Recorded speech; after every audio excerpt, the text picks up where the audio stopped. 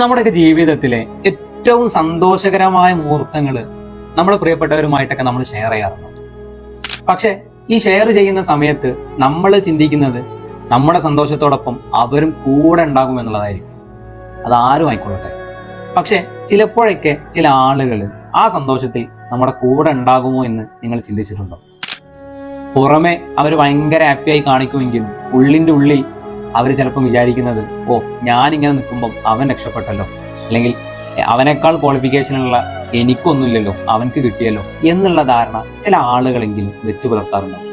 ചില ആളുകൾ നമ്മെ ഭയങ്കരമായിട്ട് ഡീമോട്ടിവേറ്റ് ചെയ്യും, നിരുത്സാഹപ്പെടുത്തും. അത് വേണോ, അല്ലെങ്കിൽ ഇപ്പൊ തന്നെ അതിനൊക്കെ ആവശ്യമുണ്ടോ, അപ്പൊ നിന്റെ സാഹചര്യം അതാണോ എന്നൊക്കെ പറഞ്ഞുകൊണ്ട് കുറെ ആളുകൾ നമ്മൾ ഡീമോട്ടിവേറ്റ് ചെയ്യാനുണ്ടാവും.